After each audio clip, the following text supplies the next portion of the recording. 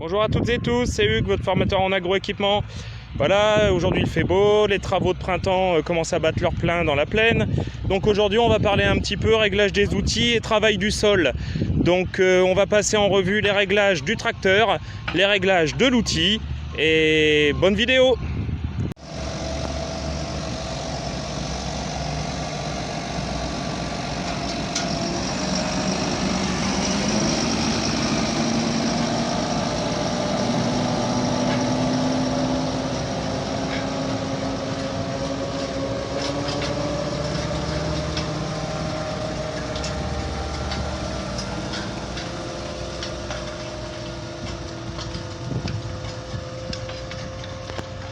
Donc, en vue de préparer le sol, il convient de bien préparer votre ensemble. Ça passe déjà par préparer le tracteur. Bien évidemment, on met un bloc masse pour pouvoir lester le pont avant et obtenir plus d'adhérence au niveau du pont avant. Donc ça dépend des blocs masse que vous avez chez vous. Voilà. Ensuite, on s'assure que pour prendre la route, les phares soient en bon état. Toujours pareil, la pression des pneus. On s'assure également que les gyrophares sont présents, ainsi que les plaques rouges et blanches de gabarit. Voilà, bon ça on l'avait vu sur la première vidéo plus ou moins. Ensuite, un élément très important, c'est la liaison entre le tracteur et l'outil. Donc comme vous pouvez le constater, la plupart des outils que vous allez utiliser, surtout au printemps pour travailler le sol, ça va être des outils qu'on appelle portés par un système de troisième point. Donc c'est pas compliqué, vous avez deux bras de relevage et une barre de poussée. Ici elle est hydraulique, elle peut être manuelle, qui est aussi appelée troisième point.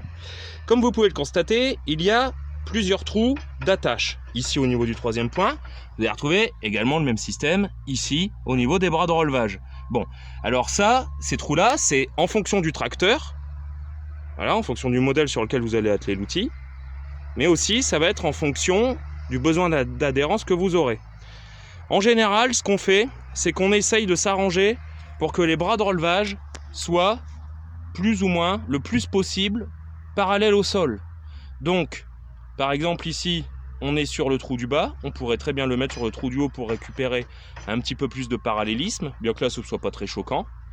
Et pareil au niveau du troisième point, là en revanche on va s'arranger pour créer un angle, voilà, que votre troisième point soit légèrement en hauteur, avec un angle légèrement aigu, de façon à ce qu'un report de charge puisse se produire sur le point de convergence qui se situe au niveau du pont avant, et ainsi avoir une optimisation du rapport puissance, consommation, le tout relié à l'effort de traction. Voilà. Vous avez réglé la liaison tracteur-outil, vous allez régler les différents paramètres qui vont être le talonnage, l'aplomb et la profondeur. Alors le talonnage, c'est le fait de faire travailler l'outil parallèle au sol. D'accord ? Vous avez votre sol, vous avez votre bâti d'outils, il faut que tout soit le plus parallèle possible. Donc pour cela, on va donc aller régler notre troisième point. Voilà. Donc en général, plus je vais repousser le troisième point vers son emplacement d'origine, plus mon outil sera courbé vers l'avant. Donc il travaillera ce qu'on appelle à la tête, c'est pas toujours ce qu'on recherche. Et de la même manière, si le troisième point est trop sorti, d'accord, mon outil il va travailler donc plus sur l'arrière. Quel cas, c'est pas forcément non plus ce qu'on recherche. Donc on va trouver le réglage adéquat, on va dire la moyenne, pour pouvoir avoir ce parallélisme parallèle par rapport au sol. Également, donc, l'aplomb. Vous avez vu, votre outil, il faut qu'il soit donc, voilà, perpendiculaire au sol, à gauche comme à droite. Bah pour ça, c'est pas compliqué. On va aller régler les chandelles. Donc les chandelles, on l'avait vu lors de la première vidéo, elles sont ici. J'en ai une ici, j'en ai une deuxième ici. Et celle-là, elle se règle avec un filetage. Donc, alors bon, sur cette marque de tracteur là, c'est bien foutu, parce que comme vous pouvez le constater, vous avez un petit visuel. Vous voyez que là, bon voilà, et là il me reste un petit peu ça comme course. Je l'ai réglé de façon à avoir la même chose sur le deuxième. Vous voyez le repère, voilà. Il y a certains tracteurs où il n'y a pas ce repère là, il faut prendre un mètre, il faut mesurer la longueur de filetage.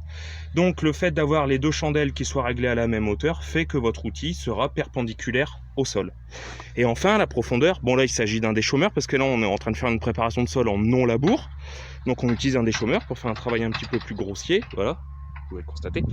Donc pour régler la profondeur, voilà, je joue simplement avec mon rouleau barre qui est à l'arrière de l'appareil. Ici, j'ai donc des lumières. Voilà, ici, ici. Ici, je l'ai mise à la 3e lumière.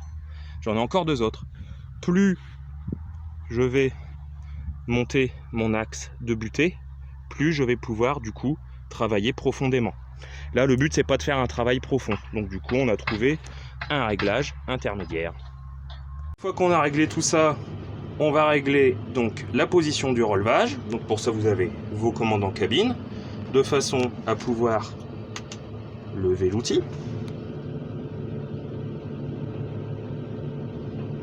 Voilà. Ou alors, simplement, le baisser. Voilà. Également, n'oubliez pas de mettre votre pont avant, donc pour avoir donc les 4 roues motrices.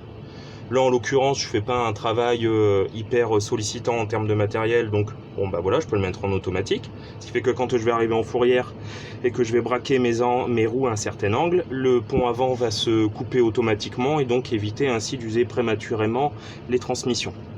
Et enfin, je vais pouvoir régler donc ma vitesse d'avancement. Donc soit vous le réglez simplement en roulant, donc vous allez accélérer, vous aurez votre vitesse au compteur, ou alors simplement vous pouvez programmer des vitesses. Donc là vous voyez par exemple ici, là, j'ai programmé, hop, on ne voit pas très bien, donc on va mieux le voir, voilà. J'ai programmé une vitesse à 8 km/h et une autre à 10 km/h. Donc ça, c'est à voir en fonction de la dureté du travail que vous avez à réaliser et voir comment votre tracteur est sollicité en termes de puissance. Ben voilà. Voilà, merci à tous, j'espère que cette vidéo vous a été utile. À bientôt pour une nouvelle vidéo et d'ici là, portez-vous bien.